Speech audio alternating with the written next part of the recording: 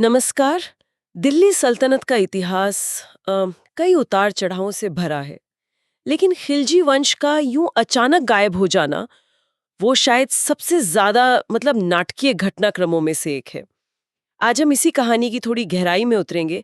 खास तौर पर ये समझने की कोशिश करेंगे कि अलाउद्दीन खिलजी जैसा इतना जबरदस्त सुल्तान जिसने सल्तनत को नई ऊंचाइयों पर पहुंचाया, उसके जाते ही पूरा वंश ताश के पत्तों की तरह कैसे बिखर गया। हमारे पास जो जानकारी है वो कुछ ऐतिहासिक विवरणों से है, जिनका शीर्षक है खिलजी वंश का पतन अलाउद्दीन के बाद। तो आज इस चर्चा का मकसद सिर्फ ये नहीं कि क्या हुआ, बल्कि ये समझना है कि क्यों हुआ। वो कौन सी वजहें थीं, कौन सी परिस्थितियां थीं कि अलाउद्दीन खिलजी के बनाए उस मजबूत ढांचे में सिर्फ 4 साल के अंदर ही ऐसी दरारें पड़ गईं कि वो ढह गया। कौन लोग थे, उनकी क्या महत्वाकांक्षाएं थीं, क्या कमजोरियां थीं इस पतन के पीछे। देखिए, जब हम अलाउद्दीन खिलजी के बारे में सोचते हैं तो जहन में क्या आता है? उनकी सैन्य ताकत, है ना, विशाल साम्राज्य, बाजार पर वो मशहूर नियंत्रण और एक लेकिन ये बात वाकई हैरान करती है कि 1316 में उनकी मौत हुई और बस 1320 तक आते आते खिलजी नाम सल्तनत के तख्त से मिट गया। चलिए इस तेज रफ्तार पतन की कहानी को जरा परत दर परत खोलते हैं। जी, ये वाकई में बहुत बहुत तेजी से हुआ घटनाक्रम है। और इसे समझने के लिए, जैसा आपने कहा, अलाउद्दीन के शासनकाल की पृष्ठभूमि को ध्यान में रखना जरूरी है। 1296 से 1316 तक का जो उनका दौर था, उन्होंने न सिर्फ सल्तनत का विस्तार किया, मंगोलों के हमलों को देखिए कितनी कामयाबी से रोका, बल्कि अंदरूनी तौर पर भी शासन को बहुत ज्यादा केंद्रीकृत और मजबूत बना दिया था। उन्होंने जो पुराने शक्तिशाली अमीर और सरदार थे, मतलब दरबार के वो प्रभावशाली कुलीन और सेना नायक, उनकी ताकत को काफी हद तक कंट्रोल कर लिया था। तो इसी मजबूत नियंत्रण वाली पृष्ठभूमि में जब हम उनके बाद की घटनाओं को देखते हैं तो उसका नाटकीयपन और भी बढ़ जाता है। हाँ बिल्कुल। तो 1316 में अलाउद्दीन की मृत्यु होती है। वो पहला कदम कौन सा था जिसने सल्तनत को अस्थिरता की तरफ धकेल दिया? सुनने में आता है कि उनके सबसे भरोसेमंद सिपह सालार मलिक काफूर का इसमें बड़ा हाथ था। हाँ बिल्कुल। अलाउद्दीन की मृत्यु ने दिल्ली के सत्ता के गलियारों में एक तरह का खालीपन, या कह सकते हैं शक्ति का शून्य, पावर वैक्यूम पैदा कर दिया। मलिक काफूर, जो अलाउद्दीन के दौर में अपनी योग्यता और वफादारी, खासकर दक्षिण भारत की विजयों में साबित कर चुका था, उसने इस मौके को भुनाने की कोशिश की। स्रोत बताते हैं कि काफूर ने फौरन अलाउद्दीन के एक बहुत छोटे बेटे शहाबुद्दीन उमर को सुल्तान घोषित कर दिया। अच्छा। लेकिन यह महज एक दिखावा था। असल ताकत, सारे प्रशासनिक और सैन्य फैसले वो मलिक काफूर ने अपने हाथों में ले लिए। शहाबुद्दीन उमर तो बस एक नाममात्र के शासक, एक कठपुतली बन के रह गए। और काफूर ने सत्ता पर अपनी पकड़ मजबूत करने के लिए अलाउद्दीन के दूसरे बेटों को या धौंधा करवा दिया या फिर कैद कर लिया। बाप रे, ये तो बड़ी तेजी से सत्ता पर कब्जा करने की कोशिश लगती है। लेकिन जैसा हमने शुरू में कहा, खिलजी वंश का पतन तो बहुत जल्दी हुआ, तो जाहिर है काफूर की ये पकड़ ज्यादा टिकी नहीं होगी। ऐसा क्यों हुआ? क्या सल्तनत के बाकी प्रभावशाली लोग इसे यूं ही देख रहे थे? बिल्कुल नहीं। काफूर की ये चाल कामयाब नहीं हो पाई और उसका शासनकाल मुश्किल से कुछ महीने ही चला। यहां हमें उन खिलजी अमीरों और सरदारों की भूमिका समझनी होगी। अलाउद्दीन ने उन्हें नियंत्रित जरूर किया था, पर वो खत्म नहीं हुए थे। ये वो प्रभावशाली तुर्क और अफगान गुट थे जो सल्तनत की नींव से जुड़े थे। उन्हें ये कतई मंजूर नहीं था कि सल्तनत की बागडोर मलिक काफूर जैसे व्यक्ति के हाथ में चली जाए, जो ना तो शाही खून का था और जिसकी पृष्ठभूमि भी, एक हिंदू गुलाम से इस्लाम कबूल कर सेनापति बनने तक का सफर, उन्हें शायद अपने बराबर का मानने नहीं देती थी। हाँ, ये बात तो है। उन्हें लगा कि काफूर उनकी अपनी शक्ति और प्रभाव के लिए खतरा है। और फिर काफूर के जो कठोर कदम थे, जैसे शहजादों को अंधा करना, उससे भी नाराजगी बढ़ी होगी। नतीजा ये हुआ कि अलाउद्दीन की मौत के कुछ ही महीनों के अंदर महल के ही कुछ रक्षकों या असंतुष्ट सरदारों ने मलिक काफूर की हत्या कर दी।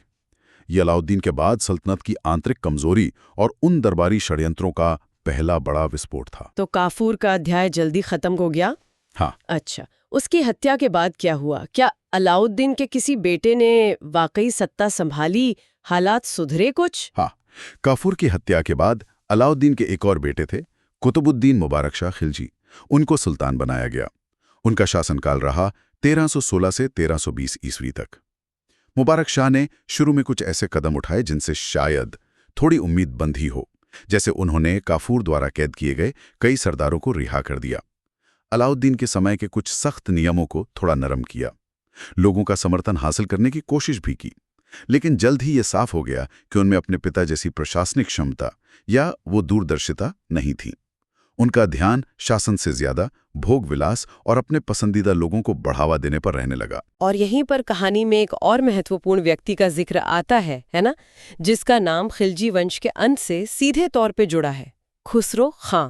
ये कौन थे और इनका उभार कैसे हुआ? सही बिंदु उठाया आपने। मुबारक शाह के शासनकाल की सबसे बड़ी और अंततः घातक विशेषता खुसरो खां का ये असाधारण उभार ही था। स्रोत बताते हैं कि खुसरो खां मूल रूप से गुजरात के बरवारी या कुछ स्रोतों में बरादू नाम का एक हिंदू समुदाय था, वहां से थे, जिन्हें अलाउद्दीन के गुजरात अभियान के दौरान पकड़कर दिल्ली लाया गया था और बाद में उन्होंने इस्लाम कबूल कर लिया था। मुबारक शाह उन पर इतने मेहरबान हुए कि उन्हें सल्तनत में बहुत ऊंचे पद और असीमित अधिकार दे दिए, यहां तक कि उन्हें खुसरो खां की उपाधि भी दी। अच्छा। मुबारक शाह की खुसरो खां पर ये जो अत्यधिक निर्भरता थी और उनका बढ़ता दबदबा, ये दरबार के पुराने स्थापित अमीरों और सरदारों को बहुत ज्यादा खटक रहा था। उन्हें लग रहा था कि भाई ये एक बाहरी व्यक्ति, एक नौ मुस्लिम सल्तनत पर हावी हो रहा है। तो क्या ये खुसरो खां के बढ़ते प्रभाव और पुराने अमीरों की नाराजगी इसी का नतीजा था कि मुबारक शाह का तख्ता पलट हुआ? हाँ, स्थिति विस्फोटक हो गई थी। खुसरो खां बहुत महत्वाकांक्षी था और वो मुबारक शाह की कमजोरियों को समझ चुका था। उसने अपने मूल समुदाय यानी बरवारी लोगों की एक बड़ी वफादार टुकड़ी दिल्ली में जमा कर ली थी। पुराने अमीर खुसरो खां के खिलाफ मुबारक शाह को आगाह करने की कोशिश करते रहे, बताते रहे, लेकिन सुल्तान ने उनकी एक न सुनी। आखिरकार 1320 ईस्वी में खुसरो खां ने एक रात महल में विद्रोह कर दिया और इस विद्रोह में मुबारक शाह की खिलजी की बेरहमी से हत्या कर दी गई। ये खिलजी वंश के किसी शासक की आखिरी रात थी। तो मुबारक शाह की हत्या के बाद क्या खुसरो खान सुल्तान बन गया? और अगर हाँ, तो क्या सल्तनत ने उसे स्वीकार किया, क्योंकि वो तो खिलजी नहीं था? हाँ, मुबारक शाह की हत्या के तुरंत बाद खुसरो खान ने खुद को नासिरुद्दीन खुसरो शाह के नाम से दिल्ली का नया सुल्तान घोषित कर दिया। उसने अपने वफादार बरवारी साथियों को ऊंचे पद दिए और कहा जाता है कि उसने कुछ इस्लामी परंपराओं का अपमान भी किया, जिससे तुर्क और अफगान अमीर और ज्यादा भड़क गए। उसका शासन बहुत ही कम समय चला, लगभग 4 महीने ही। सल्तनत के ज्यादातर शक्तिशाली प्रांतीय गवर्नर और सेना नायक एक नौ मुस्लिम के तख्त पर बैठने को स्वीकार नहीं कर पा रहे थे। उन्हें ये अपने धर्म और अपनी सत्ता दोनों के लिए खतरा लगा। तो इस स्थिति का अंत कैसे हुआ? खिलजी वंश का पतन तो हो गया, लेकिन खुसरो खान का शासन कैसे खत्म हुआ और फिर कौन आया कौन उभरा इस उथल पुथल से? खुसरो खान के खिलाफ सबसे मजबूत आवाज उठाई गाजी मलिक ने। गाजी मलिक उस समय दीपालपुर पंजाब में के एक बहुत अनुभवी और सम्मानित गवर्नर थे। उन्होंने खुसरो खान को इस्लाम और सल्तनत के लिए खतरा बताते हुए उसके खिलाफ जिहाद का नारा दिया और बाकी गवर्नरों और सरदारों को एकजुट किया। एक बड़ी सेना लेकर उन्होंने दिल्ली की तरफ कूच किया। दिल्ली के पास फिर एक निर्णायक लड़ाई हुई, जिसमें गाजी मलिक ने खुसरो खान की सेना को बुरी तरह हराया। खुसरो खान पकड़ा गया और मार दिया गया। और इसी जीत के साथ दिल्ली सल्तनत में एक नए युग की, एक नए वंश की शुरुआत हुई। बिल्कुल। खुसरो खान की हार और मौत के बाद दिल्ली के अमीरों ने गाजी मलिक से सुल्तान बनने का आग्रह किया। 1320 ईस्वी में गाजी मलिक ने गयासुद्दीन तुगलक शाह के नाम से दिल्ली सल्तनत की बागडोर संभाली और तुगलक वंश की नींव रखी। इस तरह अलाउद्दीन खिलजी की मृत्यु यानी 1316 के महज 4 साल के भीतर 1320 में खिलजी वंश का शासन पूरी तरह समाप्त हो गया। अलाउद्दीन के परिवार के लगभग सभी सदस्य या तो पहले के षड्यंत्रों में मारे जा चुके थे या फिर खुसरो खान के उस संक्षिप्त शासनकाल में खत्म कर दिए गए थे। मतलब कोई भी मजबूत खिलजी दावेदार बचा ही नहीं था जो तुगलकों को चुनौती दे पाता। ये पूरी कहानी सुनकर तो लगता है कि अलाउद्दीन के बाद बस सब कुछ बहुत तेजी से गलत होता चला गया है। अगर हम इस पूरे घटनाक्रम को समेटें तो खिलजी वंश के इतने अचानक पतन के पीछे मुख्य कारण क्या दिखते हैं, जैसा कि हमारे स्रोत बताते हैं? देखिए, जो जानकारी हमारे पास है उसके आधार पर कई कारण एक साथ मिलकर इस पतन के लिए जिम्मेदार लगते हैं। पहला और शायद सबसे अहम कारण था अलाउद्दीन के बाद एक योग्य और जिसे सब माने वैसे उत्तराधिकारी का ना होना। अलाउद्दीन ने सत्ता को इतना केंद्रीकृत कर दिया था कि उनकी मृत्यु के बाद उसे संभालने वाला कोई उनके कद का व्यक्ति था ही नहीं। शहाबुद्दीन उमर नाबालिग थे और मुबारक शाह अनुभवहीन और लापरवाह साबित हुए। हाँ, सही। दूसरा कारण, जैसा हमने देखा, दरबारी षड्यंत्र और अंदरूनी कलह ये चरम पर पहुंच गए। सत्ता के लिए संघर्ष इतना बढ़ा कि हत्याएं आम हो गई। पहले काफूर की, फिर मुबारक शाह की और अंत में खुसरो खान की। जी। तीसरा, मलिक काफूर और खुसरो खान जैसे व्यक्तियों का उभार। ये लोग बेहद महत्वाकांक्षी थे और उन्होंने सल्तनत के जो स्थापित नियम थे, जो ताकतें थीं, उनको चुनौती दी। काफूर का उभार तो शायद अलाउद्दीन की अपनी नीतियों का ही नतीजा था, जहां योग्यता को तरजीह दी गई। लेकिन खुसरो खान का मामला, वो मुबारक शाह की निजी पसंद और शायद नासमझी का परिणाम ज्यादा लगता है। हाँ, ये भी है। और चौथा कारण, पुराने तुर्क और अफगान अमीरों की प्रतिक्रिया। वे किसी बाहरी या गैर खानदानी शक्ति को स्वीकार करने को तैयार नहीं थे, चाहे वो काफूर हो या खुसरो खान। उनकी एकजुटता, खासकर खुसरो खान के खिलाफ, वो निर्णायक साबित हुई।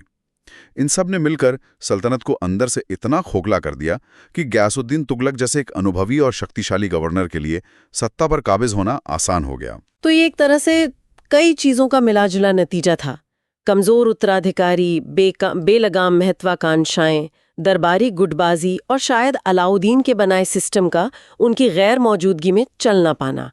हमने देखा कि कैसे अलाउद्दीन की मौत के बाद सत्ता पहले मलिक काफूर के हाथों में आई, फिर उसकी हत्या हुई, उसके बाद मुबारक शाह गद्दी पर बैठे, लेकिन उनके दौर में खुसरो खान इतना ताकतवर हो गया कि उसने सुल्तान को ही मार डाला। और फिर खुसरो खान का वो छोटा सा विवादित शासनकाल, जिसका अंत गयासुद्दीन तुगलक के हाथों हुआ, ये 4 साल सल्तनत के इतिहास के सबसे उथल-पुथल भरे सालों में से रहे होंगे। निश्चित रूप से। और ये इतिहास हमें सोचने पर मजबूर करता है कि राजनीतिक व्यवस्थाएं कितनी नाजुक हो सकती हैं, खासकर वो व्यवस्थाएं जो एक व्यक्ति की असाधारण योग्यता और शक्ति पर टिकी हों। अलाउद्दीन ने निस्संदेह एक मजबूत सल्तनत खड़ी की थी, लेकिन शायद वो ऐसी संस्थाएं या परंपराएं नहीं बना पाए जो उनके बाद भी सत्ता का शांतिपूर्ण और स्थिर हस्तांतरण सुनिश्चित कर सकें। या शायद मध्ययुगीन सल्तनतों का चरित्र ही ऐसा था कि शासक की व्यक्तिगत क्षमता के हटते ही अंदरूनी संघर्ष सत्ता पर आ जाते थे। ये दिखाता है कि सिर्फ सैन्य शक्ति या प्रशासनिक कठोरता ही काफी नहीं होती। राजनीतिक स्थिरता के लिए उत्तराधिकार की स्पष्ट व्यवस्था और सत्ता में जो विभिन्न शक्तिशाली गुट हैं, उनके बीच एक संतुलन साधना भी जरूरी होता है। इसमें खिलजी वंश अलाउद्दीन के बाद बुरी तरह विफल रहा। बिल्कुल। और ये एक दिलचस्प सवाल छोड़ जाता है जिस पर वाकई विचार किया जा सकता है कि अलाउद्दीन खिलजी, जो अपनी दूरदर्शिता, अपने नियंत्रण और यहाँ तक कि भविष्य के लिए योजना बनाने, जैसे बाजार नियंत्रण या मंगोलों से बचाव के लिए जाने जाते थे, क्या वो उत्तराधिकार के सबसे महत्वपूर्ण पहलू पर ध्यान देने से चूक गए? या उन्होंने कोशिश की लेकिन सफल नहीं हुए? या फिर जैसा कि आपने इशारा किया, क्या उस दौर की राजनीति में ताकतवर अमीरों और सेनापतियों की महत्वाकांक्षाएं इतनी प्रबल थीं कि किसी भी सुल्तान के लिए अपनी मौत के बाद शांतिपूर्ण उत्तराधिकार सुनिश्चित करना लगभग असंभव ही था? ये सोचने वाली बात है कि क्या पतन सल्तनत की संरचना में ही कहीं निहित था? अगर आपको ये वीडियो पसंद आई है तो इसे ज़रूर लाइक करें, कमेंट सेक्शन में अपना ओपिनियन बताएं और चैनल को ज़रूर सब्सक्राइब करें। मिलते हैं अगली वीडियो में, तब तक के लिए नमस्कार।